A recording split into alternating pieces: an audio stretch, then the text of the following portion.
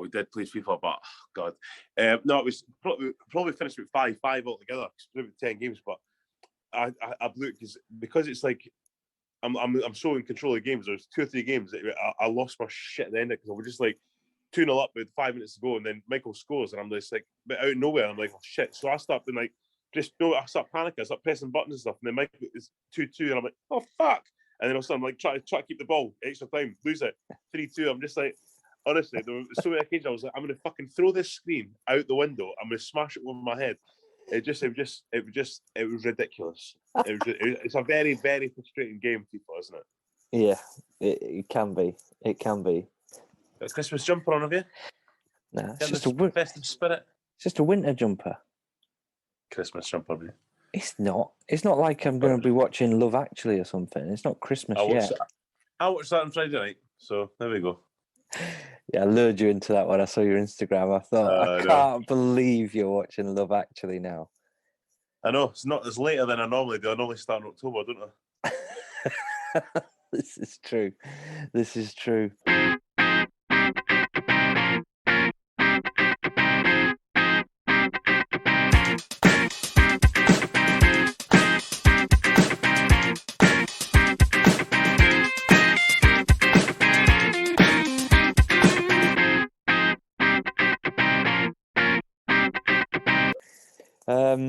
What have you been up to? Working yesterday, mate. Today, just been down the shops, pick up some stuff. I've got kind of nice burgers for tonight. Brioche buns. Having it with fries, homemade cheese sauce. I softened some green chilies with some butter. I made a roux and then the cheese to make a cheese sauce. That looks pretty good. So that's going to go over the fries and over the burger. So it's going to be like American. You know what I mean? It's going to be dirty, but I deserve it. What else? I just watching the football, really. Man City, Everton. Rangers, Hibs is on just now, but it's on Premier Sports. So nobody has Premier Sports, do they? Nah. To be fair, mate, League Cup semi-final at Hampden. It's 1-0 for Hibs after 10 minutes. So I was wanting to see. I think it'll be quite a good game actually. Right. But anyway, we'll see. What is Premier Sports? What is it? A channel, isn't it? They actually sponsor the Scottish League Cup. It's called the Premier Sports League Cup. Right. Now, I mean that changes every year anyway, doesn't it? But I mean, no, I didn't watch City against Everton. Everton struggling. They just need like a total overhaul. Like Benitez needs time and like money in the summer because these players, every time, even when I go them on FIFA, I was playing FIFA yesterday against Michael stuff. It's like it's the same shit. It's like Alex Iwobi and it's just these kind of same old players. It's just like they're so bang average. Yeah, they're just like they need like 6 or 7 bodies in like big time. Yeah, they just need to sort themselves out because we can't go much further with them if they don't sort themselves out. Really, they're not going to challenge for anything, are they? But yeah, Man City. I mean, they're class, aren't they? So pretty you easy. You pinged a message saying goal of the season so far. Did you see what Rodri's was that? goal? No, I've not seen it. No, what was it? What happened? You see it now? How can I see it? I don't know. We'll see it later on Match of the Day. Cheers, by the way. Cheers, buddy. They normally show it on Sky Sports, like you can normally see. You might see it on Twitter or something.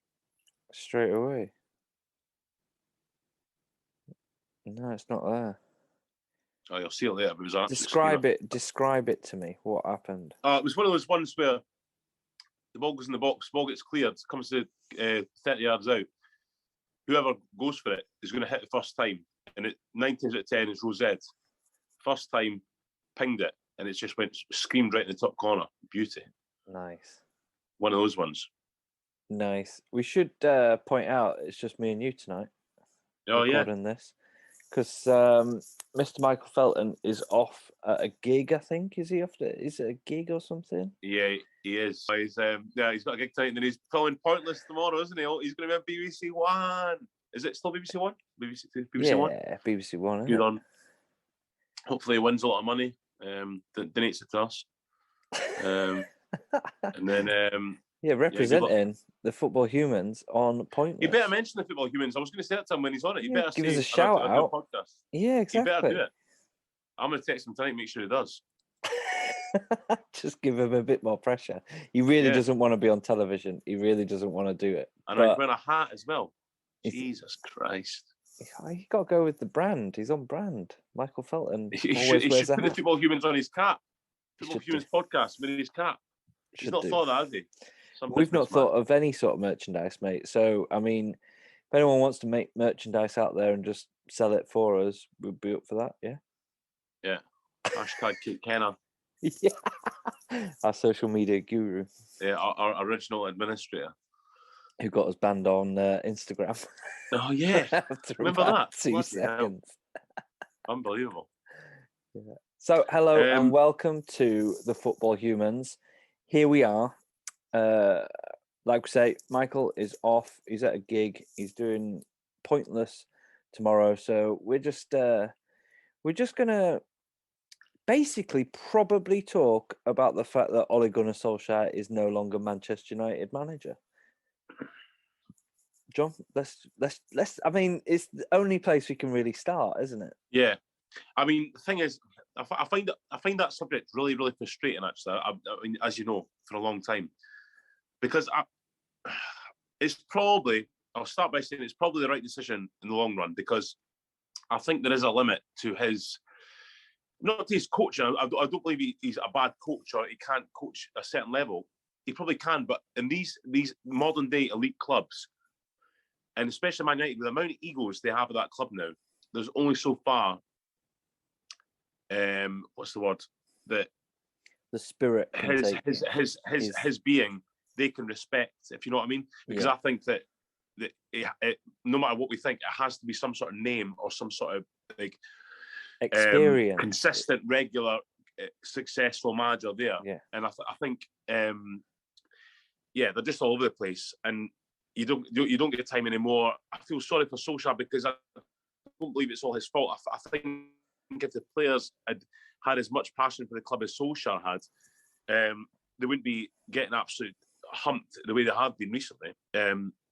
But it's probably the right decision. I think they've got to bring in a serial winner and someone who can outclass and out-tactic your Guardiolas, your Tuchels, Klopps on a regular basis. The thing is with Solskjaer, I feel the reason I feel sorry for him is because it's like since Ferguson left, you've had Mourinho, you've had Moyes, you've had Van Gaal, but Solskjaer's probably arguably the most successful out of them. I know trophy-wise, say, well, he didn't win a trophy, and Van Gaal won the FA Cup or whatever, but for the first year or two, Solskjaer, I think, I mean, I've not got the facts here, but I was trying to find these stats earlier. Apart from the past game there, Solskjaer against Guardiola in Manchester Derby, I believe that Solskjaer has won more Manchester Derbys than Guardiola has as manager. I think Man United have beaten Man City more than Man City beat Man United in the last 3 years. Nah, I don't think so. I think because they beat them in Etihad a few times. They beat them Old Trafford a few times. Yeah. I need to find that out, but I just feel a bit sorry for him. I feel it's a scapegoat. I feel like he was there to steady the ship, and he turned Man United back to being enjoyable to watch again and have a bit of confidence, attack and stuff. And because he wasn't named, as soon as there was any slip up, as soon as there was a few games getting beat, and as soon as there was a kind of that what's happened recently, he was going to be out the door. And I think if Mourinho, I've said this before, it's just what's happened. Sorry, it's just what's happened the last couple of weeks. It is. So if he'd have come back after that international break and they'd have gone to Watford and the scoreline was the other way around and it was 4-1, we won't be talking about this. No, we wouldn't. He'd be fine. I think the players have really let him down. Yeah, but absolutely. On the flip side of that, he's stuck with Fred and McTominay, which probably was his downfall. You get the impression he didn't pick the right players for the games that they were playing.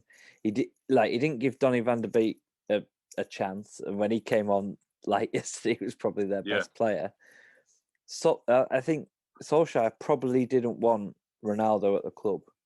I wouldn't be surprised. I don't think that was his signing. No, I don't. If that doesn't come out in a few weeks, it'll be because last season they came second. They were on the up. You really thought actually they would be challenging. Challenging. Yeah, that was the next. That was the next step. That's the next step. And I think I just blame Ronaldo. I honestly do. I think Ronaldo derailed everything that Solskjaer was doing there, because Ronaldo made it so that I don't know, he couldn't bring through Mason Greenwood the way that he was playing him. He couldn't bring through some of the players. I just think he derailed because him. He had to Ronaldo's fit stature Ronaldo and into it. position is what Greenwood and Rashford were aspiring to be. So I do know exactly what you mean. I know exactly what you mean. I think I mean, Ronaldo's going to make any team better, though. Ronaldo will score goals out of nowhere, which he has done, even since he's come back. The problem is, I know what you're saying about picking the right players, sticking with Fred McTominay. The reason he's kept sticking with Fred McTominay, I don't think he wanted to play two defensive midfield players, but he doesn't trust his defence. He doesn't trust one of them. He doesn't trust Fred or McTominay to do the job on their own, because it is too big a job. Because when you've got, you say you've got a midfield and strike force, so the front six or whatever, but McTominay is going to be thinking, well, if he's playing his own, well, I've got Greenwood, Rashford, Ronaldo, Bruno Fernandes, Pogba. None of them are going to track back. I'm going to be doing all the work. It's too much work for one person. So he has to play two, because he also doesn't trust his defence either, because Maguire is shambolic, absolutely shambolic. And I think for someone, was the most expensive defender in the world, Man United captain, previously England captain, I think he's disgraceful how bad he's been. I mean, it's not even like well, he's had a few bad games. I've heard people saying, he's had a couple of bad games. He's not been in good form the last few games. He, overall, in 2 or 3 years, he's been shambolic, really. And then you've got Lindelof, who's a bomb scare most of the time. Bailly, bomb scare. Wan-Bissaka and Shaw, so inconsistent. Wan-Bissaka in particular. I thought he was getting too much flack, actually, Wan-Bissaka recently. But the last few games, his defending is it's not even like, Solskjaer's coaching, Solskjaer's tactics. It's basic stuff that they're not doing right. And that's what I was what I'd say, it's got to be the players have got to be put, the finger's got to be pointed at the players more than Solskjaer, or as much as Solskjaer, because it is a collective thing. It can't just be Solskjaer, where a new manager comes in, Zidane or Pochettino, and all of a sudden, when Wan-Bissaka is going to be the next Cafu, and Maguire's going to be like Vidic or whatever, it doesn't work like that. They've got to take responsibility. But the Sky Sports, this guy was on earlier, the editor of the what it was, I can't remember what paper it was, but he made a really good point saying that they're making basic errors, but it comes into the manager as well, because like there's plenty of players in the Man City, Liverpool, Chelsea team who could also make basic, but none of them make any basic errors, because they're so well coached, they're so drilled into them that this is what you do in this situation, that's it. There's no ifs or buts, there's nothing, because David De Gea's come out and said yesterday that the players don't know what they're doing. They actually don't know what they're meant to be doing. And a few other players have said, we're not sure what we're... Do you mean? So it's like, well, if that's the case, then they're going to be thinking, I'll deal with it at a time. But yeah, so it probably was the right decision. But I think he deserves a bit more respect he's been getting, to be fair, with Solskjaer, because, I mean, compare Solskjaer to Man United. Exactly. He steadied the ship, Solskjaer he did. And he probably did better than most people would have thought. But it's basically come down to he got the job too soon, as in the stature of that job and the level that job requires. He hasn't got the experience to take that on. And he never will. He got lucky. He's come from. He got the job because he's a Man United legend. Yeah, and he's done well. He was apparently a really highly regarded coach for Man United's under 23s. He was under 23 manager, won the league with them, went to Molde, won leagues and cups. He's a highly regarded coach at a certain level, but no way, like, because he got the job into him at the time. There's not going to be a situation where Man United would be looking for a manager and Solskjaer would get the job. That's who they'd pick out everyone in the world. Solskjaer would. Nowadays it is the case where it's going to be your world class names that you might know this. You might know this, right? I was thinking, is Solskjaer, right, because he was a striker as a player, is he not equipped to do the defensive coaching? I know you have like coaches around you, but like, where did Klopp play when he was a player? Defender, centre-back. Pep Guardiola, he was like midfielder, defensive midfielder. Where's Tuchel? What was he? I'm not sure about Tuchel. Just going on like, has there been a successful striker that's gone into management and actually been successful at the top level? Because everyone seems to be. I'm sure if we had an hour to think about it, there might be. But I know what you mean. We'll talk about it next week. Talk about it next week when we actually look into it. But I'm just thinking off the top of my head, I cannot think of a successful striker that has. I don't know, like Vialli. I don't know. Would you say he was like successful? Like, do you know what I mean? But we wouldn't have Vialli in a successful top level. But surely, as a player, you need like midfield's a perfect place because you get the defensive side of things and you get the attacking side of things. Like that'd be interesting to have a look at. Look at like the top coaches around the world and the positions they played as players and what they. Yeah. I totally agree with you because I feel like that not that we're experts on that, the coaching side, but attacking is easier than defending. You feel like it's like that. Everyone, when you grow up, you always want to be a striker or a winger. Like you want to attack. Defensive is more of an art, isn't it? So it's like you get that right, then the attacking will speak for itself. So I do agree with you in that point of view. So we'll try and look at that and try and find out some stats for next week, definitely. Yeah, but I was defensive of Harry Maguire. I didn't think he was as bad as what people were sort of saying. I thought he got a rough ride, but having looked at his performances, he is not so bad. He is not. The amount of money they paid for it, he's bang average. He doesn't have the speed to correct it if he does make a mistake. He doesn't have skill on the ball in terms awareness. I don't know if did you watch Liverpool Arsenal? Not to bang on about Virgil van Dijk, but there was a few times where Liverpool were just playing it around the back four, right? They were just playing it, and then they just gave it to Virgil van Dijk, and he just sprayed out these balls like. Like set them on their attack. Different class. Maguire's nowhere near that. Like he's nowhere near it. His passing is so limited. I think it's because that signing of him at the time was the way Man United were, because they were like, we have to now we have to make a big signing of a big English player who's talk of the tune at the moment. It's like he's going to be England captain, centre back. We'll pay whatever it takes to get him. Leicester were going, at the time, 80 million. Now, they'd say 150 million. Yeah. Do you know what I mean? That's a bit, it's not because that's how much he's worth, because he's most expensive defender in the world, because he's the best defender in the world. It's just because what you can do, if you're a British defender or a British player at that time who people are desperate for, you can ask for whatever you want, and the clubs will pay it. So it's poor. It's really poor management. But at the time, the way Man United were under Van Gaal and Mourinho, it was desperation. They had to make some sort of some sort of stamp on the transfer market. But so where did they go from there? Me, who do they get in? Do they wait till the summer? Yeah, do they wait till the summer and just see if Carrick? I think it's a shambles, Wragg. Fletcher can sort it out. I think the plan was to replace him at the end of the season anyway, or replace him just before the end of the season. I think they were hoping they'd just beat Watford and get through games, and then scrape top four and then replace him. But because it got so bad, they've had to act now. But what they're talking about now is having Michael Carrick in charge for 2 or 3 games. That really annoys me as well. That really stings me as well, because where does it come that Michael Carrick's some sort of amazing coach or manager? Why is Michael Carrick in charge now? Why was he kept on with Solskjaer when he was a poor under Mourinho? And now he's Carrick will take charge. Have you seen Carrick being interviewed? He's like Ryan Giggs. He's like, he was a really good player in his position, but would you play for that when he's? I mean, it's so demoralising. Yeah. So Carrick's going to take charge so well, and then they're hoping they think Carrick might be kept on under the next manager as well. Just because you were a good player in your position doesn't make you a good coach or manager. So he's obviously not a good. He's obviously not a good coach, because they look like they don't know what they're doing. So why keep him on? I'd especially in Freddie McTominay's position, that position as well.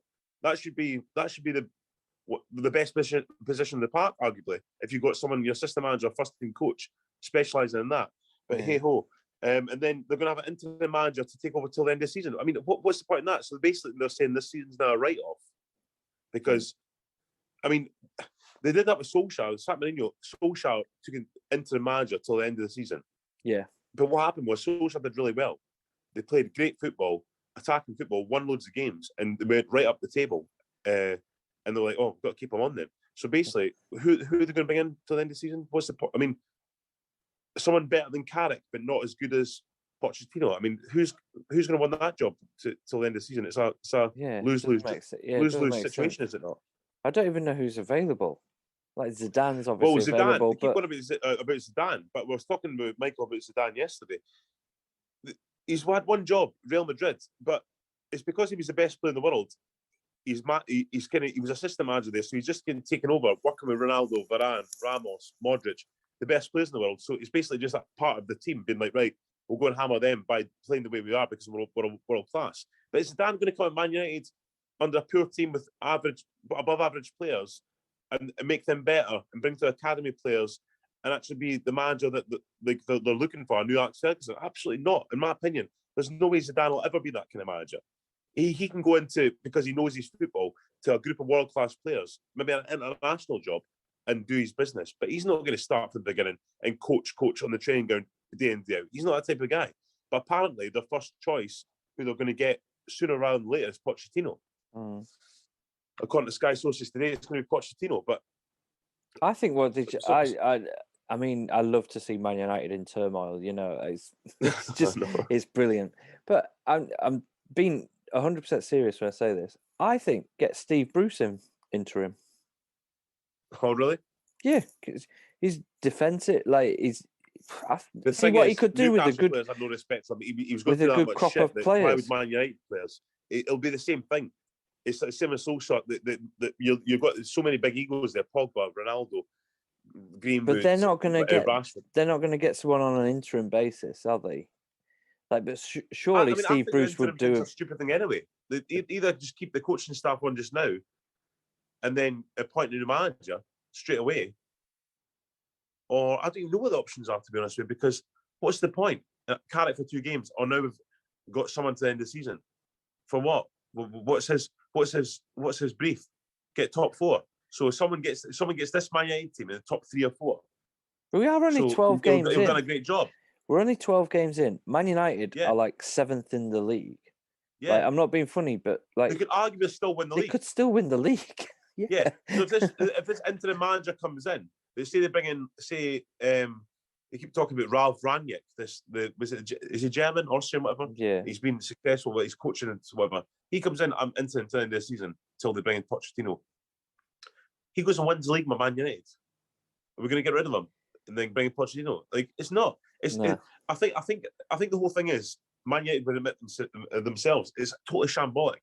They didn't expect to get rid of Solskjaer. They just gave him a new 3-year deal this summer. Yeah. It was all building up. They were taking a step each season of where they want to be. But because of this last 5 or 6 weeks, out of nowhere, it's like shit. He's got to go out of nowhere, and they've not prepared for it. There's no plan. It's the way they've lost it. Like Liverpool, spanked. No, them. Absolutely. They were well off against City, and to lose 4-1 to Watford, who are like, and they lost 4-2 to Leicester as well, 4-2 just before the Man City game. There's no denying that it's the right decision, but it's because it's come out of nowhere. They've no plan in place for what they're going to do next. It's great, isn't it? It's great to see. Well, you're a Man United fan, so obviously you're a bit. No, I'm a neutral. Bit shook up. I'm a neutral. So you watched the Liverpool game? Like, you enjoy the Liverpool Arsenal game? Yeah, I mean, do you know what? We were watching that yesterday, and Arteta annoys the fuck out of me. That guy, he's so annoying because he was under so much pressure that arguably he could have been sacked at some point. But now because he's won a few games or whatever, and he's steadied the ship a little bit, he's getting so arrogant now where he's kind of been really cocky with his interviews. And then because did you see the thing with Klopp yesterday? Yeah. It was just a 50-50. Arteta's get him off, send him off. Klopp's going. Exactly. Why? What are you talking about? And Arteta's been like, oh, someone hold me back. It's like, oh, shit. It was so embarrassing. Hold me back because you're going to get battered if someone doesn't hold you back. He was out of his technical area, and he was practically on the pitch, like going mental. And it was like a nothing challenge. But I mean, it was right. Defensively, shambolic. That lifted the crowd, and then Liverpool, kicked on because up until then, Arsenal, they weren't causing too many problems, but they were containing Liverpool. They weren't, Yeah. they weren't in trouble really.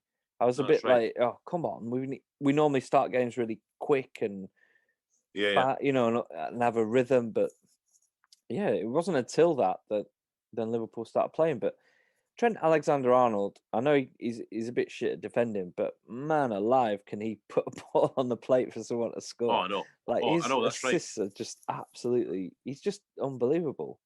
And then Salah as well. Salah's like, did you see?